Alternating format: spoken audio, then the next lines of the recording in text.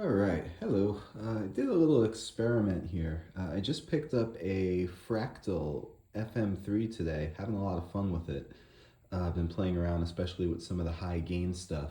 I'm a particular fan of Mesa Boogie, especially the Mark series.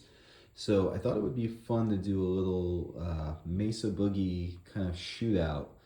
So what I did is I recorded a DI track, just playing a couple riffs of typical Mesa Mark amp stuff, Metallica, Dream Theater, some Whitesnake, stuff like that. Recognizable riffs.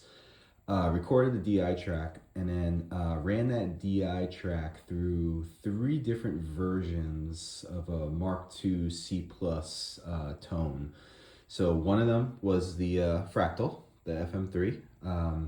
I also used a Neural DSP Mark IIC Plus amp model, which is actually the only Mesa licensed product out of the three options that we'll be using here today, interestingly.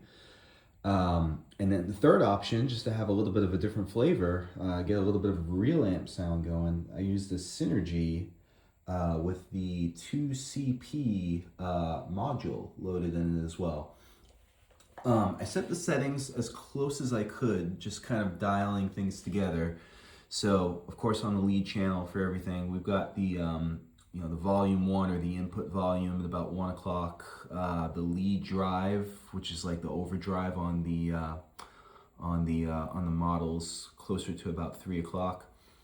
All the switches for the lead bright and the shifts are off, so that equates to like the push-pull features on the actual amp.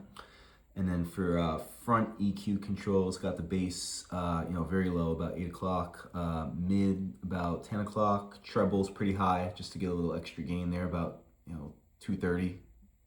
Presence just a little over noon. There's the graphic EQ setting. It looks off right now just because I have the amp flipped off because I already recorded it, but kind of your classic V kind of signal there. So that's the basic tones.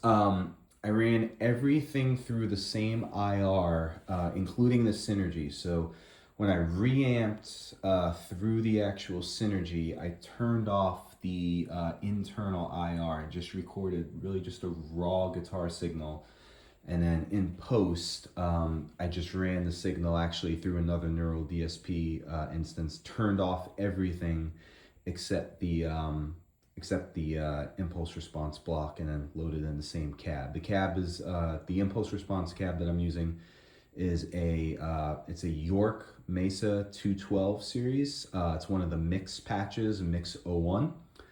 And just to kind of round out the signal chain here, the DI was recorded with this beautiful Ernie Ball Music Man, John Petrucci Majesty model.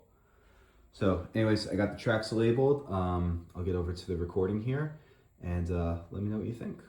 All right.